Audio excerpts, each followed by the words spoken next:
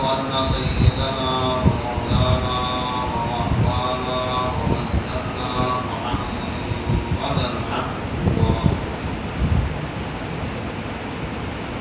أما بعد، أعوذ بالله من الشيطان الرجيم. بسم الله الرحمن الرحيم. وعهدنا إلى إبراهيم وإسماعيل أن طهرا بيتي للطائفين والعاكفين والركع السجود. وقال الله تعالى في الموضع الآخر: إنا أنزلناه في ليلة القدر وما أدراك ما ليلة القدر. ليلة القدر خير من ألف شهر. تنزل الملائكة والروح فيها بإذن ربهم من كل أمر. سلام هي حتى مطلع الفجر. صدق الله العظيم وصدق رسوله النبي الأمين الكريم، ونحن على ذلك لمن الشاهدين والشاكرين، والحمد لله رب العالمين. قال الله تعالى في شان عظمة محبوبه: إن الله وملائكته يصلون على النبي يا أيها الذين آمنوا صلوا عليه وسلموا تسليما. اللهم صل على سيدنا مولانا محمد صلاة وسلام عليك يا رسول الله صلى الله تعالى عليه وسلم.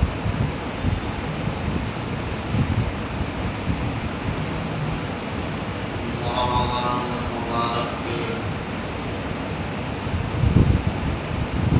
مبارک مہینے کے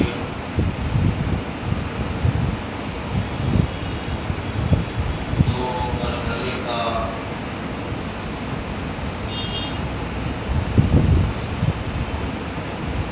انشاءاللہ آج تجلیل کا دن ہے.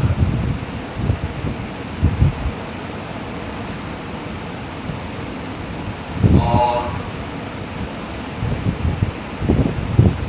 سن 8 ہجری یعنی ہجرت کا 8واں سال، آج ہی وہ مبارک دن تھا کہ جس مبارک دن کو یعنی 20 رمضان مبارک کو اللہ تعالی نے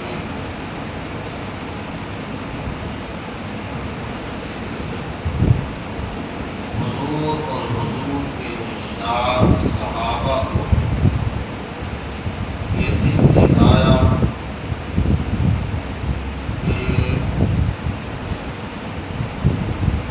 نہایت حسب و احتشام کے ساتھ فاتحانہ شان سے آپ حضرات مکے میں داخل ہوئے، یعنی 20 رمضان کو مکہ فتح.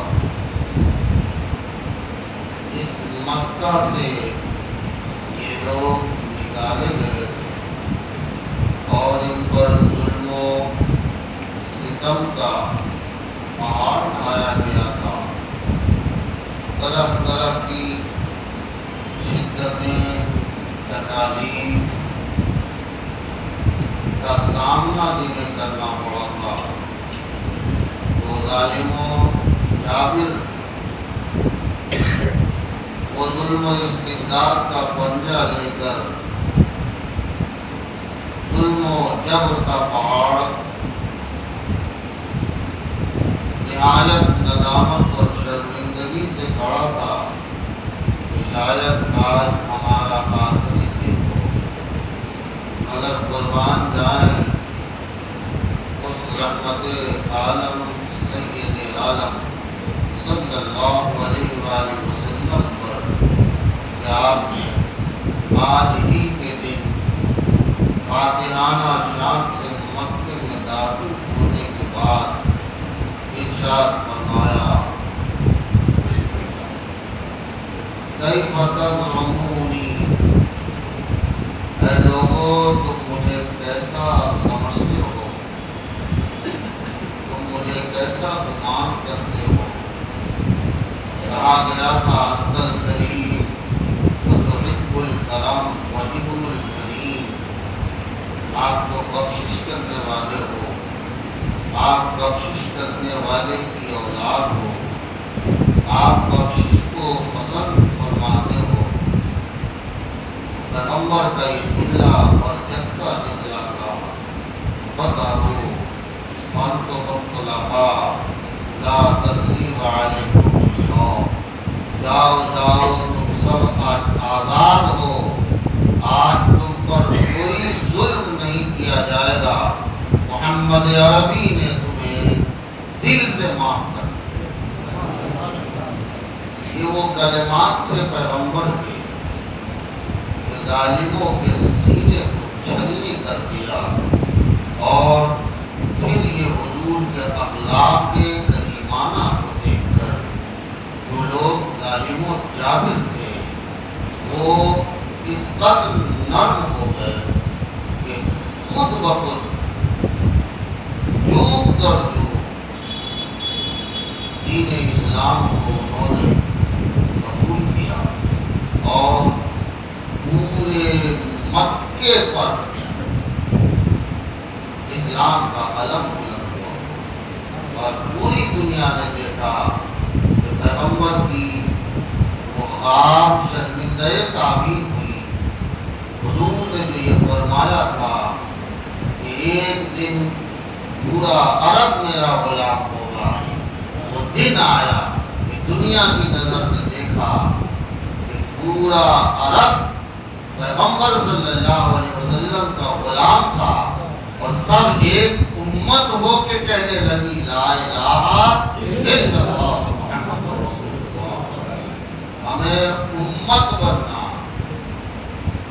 ہمیں امت بننا، اور ایک امت بننے کا فائدہ ہے۔ قرآن عظیم کی اس آیت کریمہ کو آج تلاوت کرنے کا شرف حاصل کیا ہے، اور اس کو آج کا عنوان ٹھہرایا ہے، وہ آیت سورہ بقرہ کی ہے، جسے ہم اس نظریے سے ہم نے تلاوت کیا ہے کہ اس میں ایک لفظ آیا ہے جو ہمارے لیے آج کے موضوع اور آج کے عنوان کو منتخب کرتا ہے۔ اللہ فرماتا ہے کہ ہم نے ابراہیم اور اسماعیل کو تاکید کی۔ کیا تاکید کیا؟ ابراہیم اور اسماعیل کو کیا موقت حکم دیا؟ ان طہرا بیتی للطائفین والعاکفین والرکع السجود، کہ وہ میرے گھر مکے کو، کعبہ کو خوب ستھرا کرے، میرے گھر کعبہ کو ابراہیم و اسماعیل خوب پاک صاف کرے۔ کن کے لیے؟ کعبے کا طواف کرنے والوں کے لیے، اور کعبے میں دھرنا کرنے والوں کے لیے، اعتکاف کرنے والوں کے لیے، اور رکوع اور سجود کرنے والوں کے لیے۔ اس آیت میں 4 حکم آیا۔ کن کن کے لیے؟ میرے گھر کو پاک صاف کیا جائے، تو پہلا ذکر آیا طواف کرنے والا، تاکہ وہ لوگ جو دور دراز سے کعبے کا طواف کرنے آوے تو اتنا صاف ستھرا ہو میرا گھر کہ ان کا دل اس کی طرف لالچ میں آئے، حریص بنے۔ اور کن کے لیے؟ تو لوگ اعتکاف کریں، ان اعتکاف کرنے والوں کے لیے کہ کہ وہاں وہ یکسوئی جب حاصل کرے تو ان کا دل لگے. ظاہر ہے صفائی اور ستھرائی ہوگی تو آدمی اسی قدر زیادہ وہاں بیٹھنے کی کوشش کرے گا. اور اگر گندگی ہو بدبو تو کیا وہاں بیٹھنا پسند ہوتا؟ اگر وہ 1 گھنٹہ بیٹھنا ہو تو وہ 2 منٹ میں بھاگنے کی کوشش کرے. اور رکوع کرنے والے سجدے کرنے والوں کے لیے میرے گھر کو صاف ہو. دیکھیے اس آیت نے ایک بات تو واضح کر دی کہ طواف اور اعتکاف اور نماز میں رکوع اور سجدے پچھلی امتوں پر بھی تھے. کیونکہ بات آئی ہے ابراہیم اور اسماعیل، اللہ فرماتا ہم نے تاکید کی. تو پچھلی امتوں کے لیے طواف بھی تھا، اعتکاف بھی تھا، رکوع اور سجدے بھی نماز میں ان کے تھے. یعنی ان پہ بھی نماز تھی اور وہ نماز بھی رکوع اور سجدے والی تھی. اور طریقہ بھلے الگ رہا، اس کے قاعدے اور قوانین ضابطے بھلے الگ رہے ہو. اور ایک بات اور سمجھ میں آئی کہ ہم نے ابراہیم و اسماعیل کو تاکید کی کہ وہ صاف کرے. یہ آیت کا ٹکڑا سمجھاتا ہے کہ کعبے کا متولی ابراہیم و اسماعیل ہے.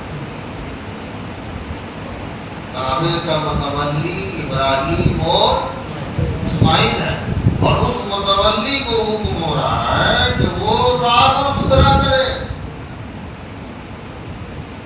ہمارے یہاں متولی اپنی ذمہ داری نہیں سمجھتے. ایک بات اور بھی سمجھا دیں، قرآن کے اس اشارت النص نے سمجھایا کہ اللہ کے گھر کا متولی پرہیزگار ہو. کون ہو؟ ہمارے یہاں خرافاتی لوگوں کو بنا دیا جاتا ہے، نہیں ہوتا ہے. ہم نے یہ تاکید کی ابراہیم اور اسماعیل کو. ابراہیم اور اسماعیل سے زیادہ پرہیزگار کون؟ تو اللہ کے گھروں کا دھیان رکھنے والا یہ ضروری ہے کہ وہ پرہیزگار، وہ متقی ہو، وہ اللہ کا برگزیدہ بندہ ہو، وہ اللہ کا خوف رکھتا ہو. آپ نڈر لوگوں کو بنا دو گے تو پھر تو کچھ بھی ہو سکتا ہے. تو یہ غلطی ہماری ہے. ہم اس کو سمجھیں اور وہ سمجھیں کہ کب جب قرآن و حدیث کا مطالعہ کریں یا قرآن و حدیث کے قریب ہوں گے. اور اگر قرآن و حدیث کے قریب نہ ہو سکے تو یہ ضروری ہے کہ جو لوگ قرآن و حدیث جانتے ہیں ان کے قریب ہوں. آج پوری دنیا میں کوشش کی جا رہی ہے کہ لوگ علماء سے متنفر ہوں. صرف ہندوستان کی بات نہیں ہے، پوری دنیا میں لوگ علماء سے دور ہوں، علماء سے نفرت کریں. ظاہر ہے جب آپ نفرت کریں گے، دور ہوں گے، قرآن و حدیث سے دور ہو جائیں گے. آپ کو دین کون بتائے گا؟ ڈاکٹر بتائے گا. آپ کو دین کیا ایڈوکیٹ بتائیں گے؟ وہ کلا بتائیں گے. آپ کو دین کوئی کالج کا پروفیسر بتائے گا؟ وہ دین کیا بتائے گا جسے خود پتہ نہیں دین کیا؟ تو دین تو وہی بتائے گا جو دین جانتا ہو، جو قرآن و حدیث کو سمجھتا ہو. تو امت کے لیے سب سے بڑی کمزوری یہ ہے. چلیے ہو گیا رنجی، چھوڑ دیجیے اب اس سے کیا بحث کر رہے. تو علماء سے آپ قریب، اہل علم کے قریب ہوں، ان سے قربت حاصل کریں، ان سے اپنے امور اور اپنی زندگی کے سارے مسائل کا حل ان سے تلاش. ہمارا حال کیا ہے؟ ابھی میں انشاءاللہ بعد میں سمجھاؤں گا. یہ UCC کے قانون کے تعلق سے میں نے بہت پہلے آپ سے پوری گفتگو کی ہے اگر آپ کو خیال ہے.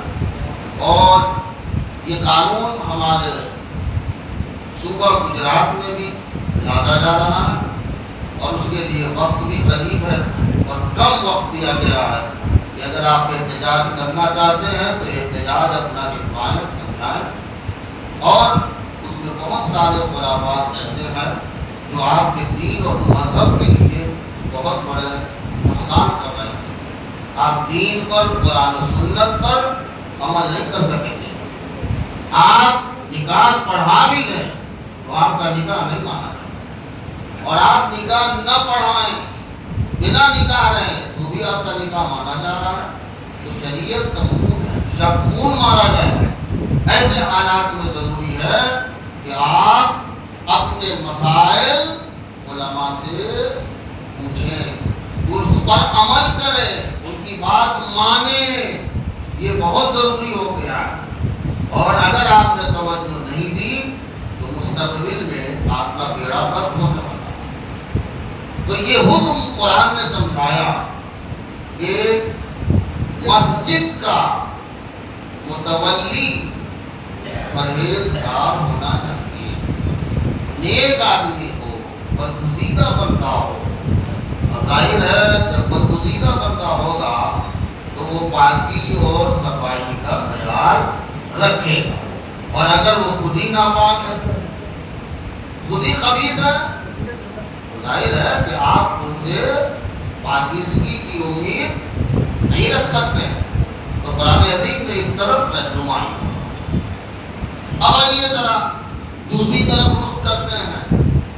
پیغمبر صلی اللہ علیہ وسلم اکثر و بیشتر اور بالخصوص مکے سے ہجرت کرنے کے بعد جب مدینہ پہنچے تو مسلسل لگاتار ریگولر حضور نے ہر رمضان میں اعتکاف کیا. ایک سال ایسا آیا ہے کہ پیغمبر نے پورے مہینے کا اعتکاف کیا. پورے مہینے کا حضور نے اعتکاف کیا. راوی کہتے ہیں، بخاری کی حدیث ہے کہ حضور علیہ السلام کے تعلق سے حضرت ام المومنین عائشہ کبریٰ رضی اللہ تعالی عنہ روایت فرماتی ہے کہ لگاتار پوری عمر تسلسل کے ساتھ پیغمبر صلی اللہ علیہ وسلم نے اعتکاف فرمایا. اور پھر اس کے بعد یعنی حضور کے اس ظاہری زندگی کے بعد آپ کی بیویاں ام المومنین نے ریگولر اعتکاف فرمایا. اس سے اندازہ لگتا ہے کہ اعتکاف مردوں کے لیے بھی ہے اور اعتکاف عورت کے لیے بھی ہے. بس فرق اتنا ہے کہ مرد کے لیے اعتکاف ہو تو اس کے لیے شرط ہے کہ مسجد یعنی وہ مسجد میں ہی اعتکاف کر سکتا ہے. اور عورت کے لیے مسجد میں آنا ضروری نہیں ہے. وہ گھر کے کسی ایک کونے کو مسجد بنا لے اور اسی کو اپنی عبادت کے لیے مقرر کرے، وہاں وہ اعتکاف اپنا کرے. اس میں لازم ہے کہ عاقل ہو، عقل مند ہو، بالغ ہونا ضروری ہے.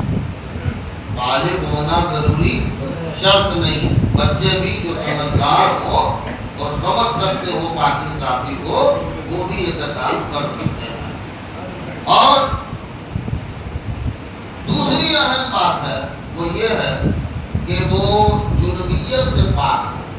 عورت ہے تو حیض و نفاس سے پاک ہو، ناپاکی سے دور ہو، تبھی یہ اعتکاف اس کا ہوگا، ورنہ اعتکاف نہیں ہوگا. کسی وجہ سے اعتکاف میں بیٹھنے والا جو یہ اعتکاف کرے گا 10 دن کا، کسی وجہ سے اگر اس کا روزہ ٹوٹ گیا تو اس کا اعتکاف بھی ٹوٹ جائے. یہ اعتکاف جو اس عشرے کا اعتکاف ہے اس کا ہوگا.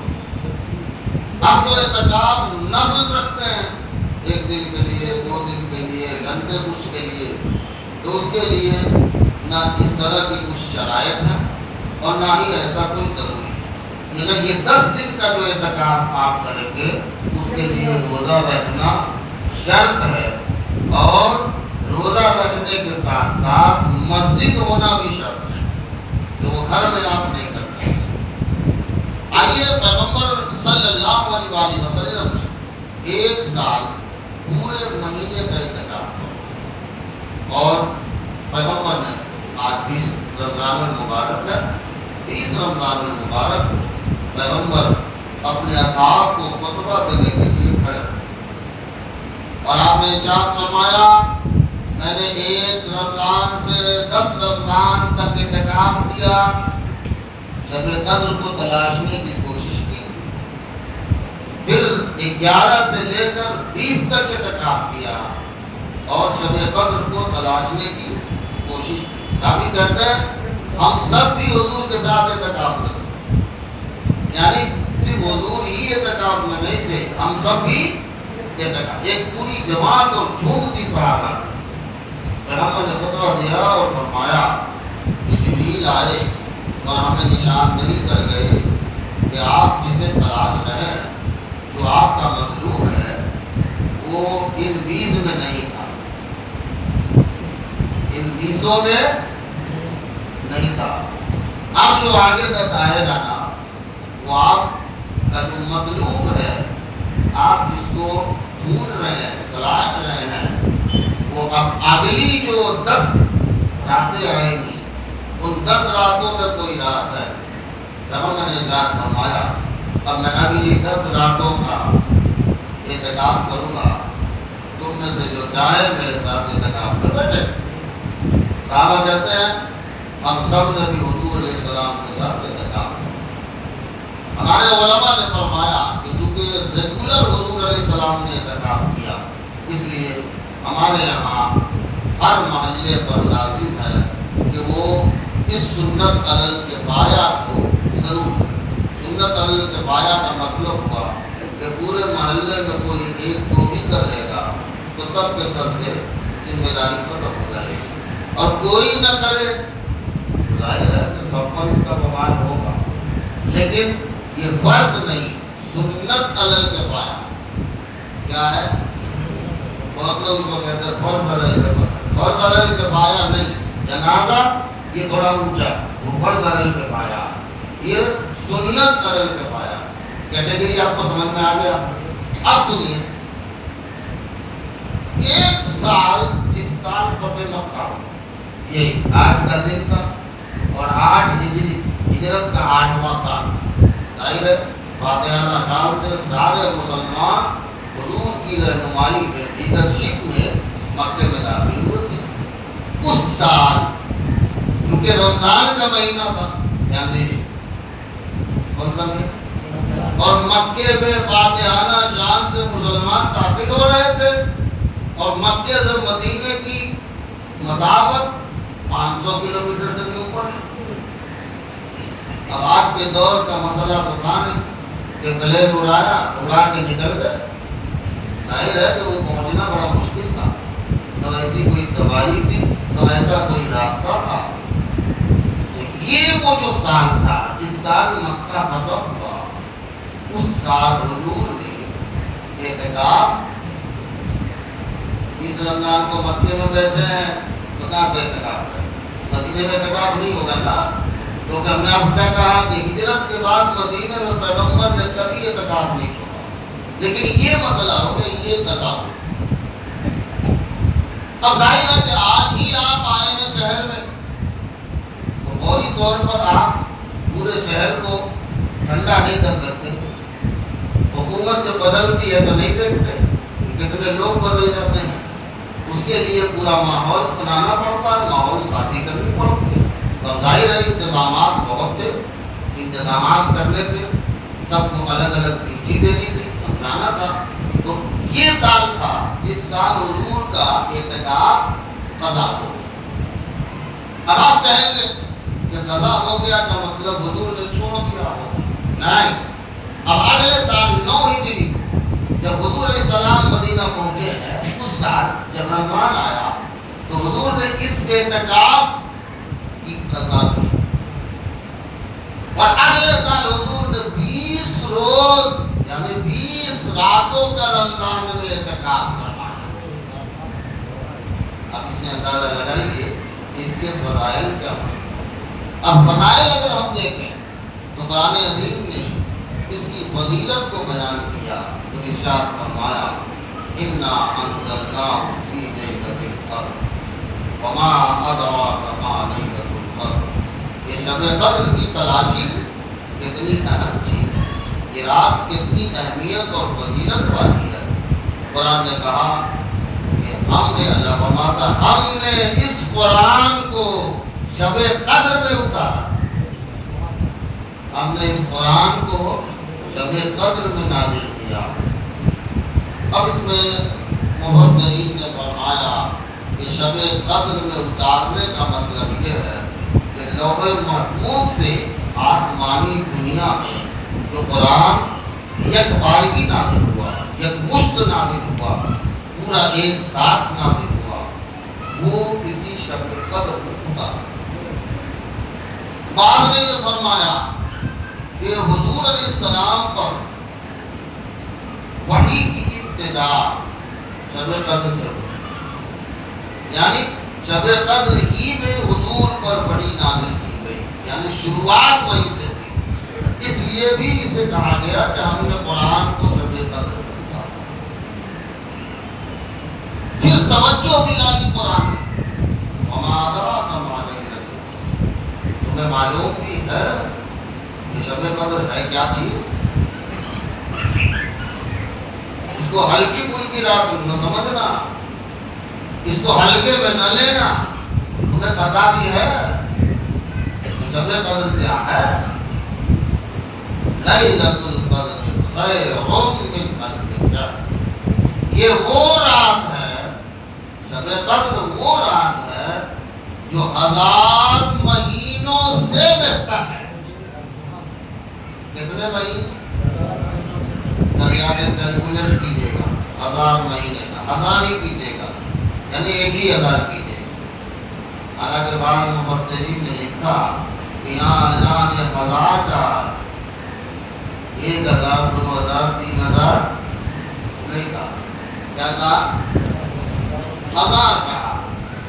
اب یہ ضروری نہیں کہ ایک ہی، یہ بعض مفسرین کا قول ہے، ایک ہی معنی، یعنی 1000 کو گھر جا کے کیلکولیٹ کیجیے گا، 1000 مہینہ تقریباً 83 سال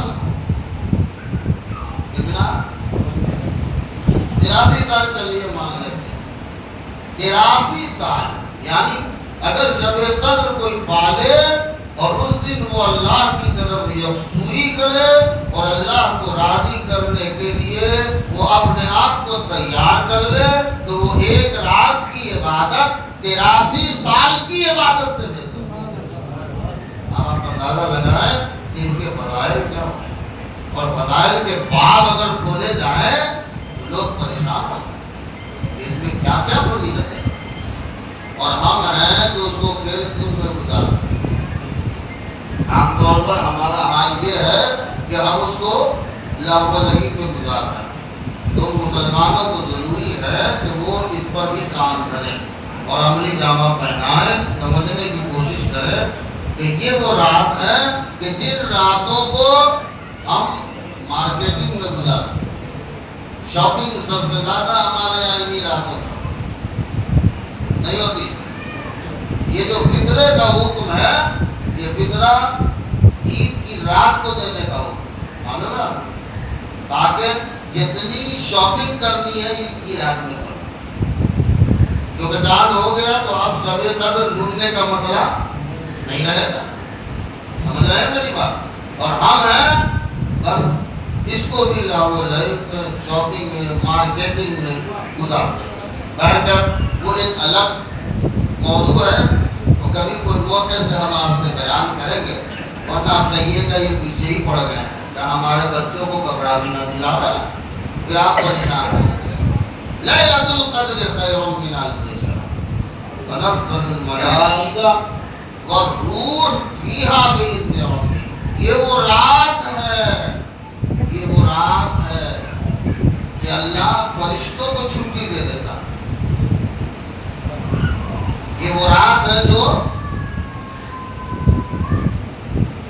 ہمارے تو کمپنی والے چھٹی نہیں دیتے اور ہم لوگوں کی چھٹی تو ہو ہی نہیں سکتی. کہاں گئے زبیر بھائی؟ اگر زبیر بھائی سے میں کہوں کہ بھائی مجھے بھی چھٹی دے دو, کچھ کہیں گے کیا بات کرتے ہیں, اس کے بعد چاہیے گا کہیں. ہم کو تو چھٹی ہی نہیں ہے.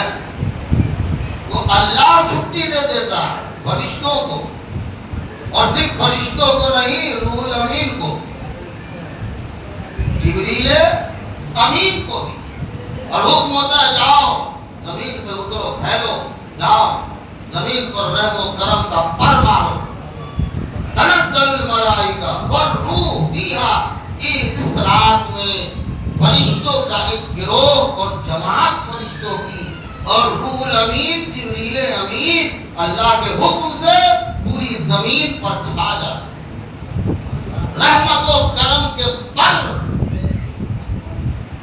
اس آسمان سے آ کر اس زمین پر بچھا دیتے ہیں. اور پھر حکم ہوتا ہے سلام سلام سلام. اللہ کی طرف سے سب کے لیے سلامتی, اللہ کی طرف سے سب کے لیے سلامتی. اور یہ سلامتی کی ندا, اس سلامتی کی آواز, اس سلامتی کی صدائے احتجاج یہ کب تک رہتی ہے؟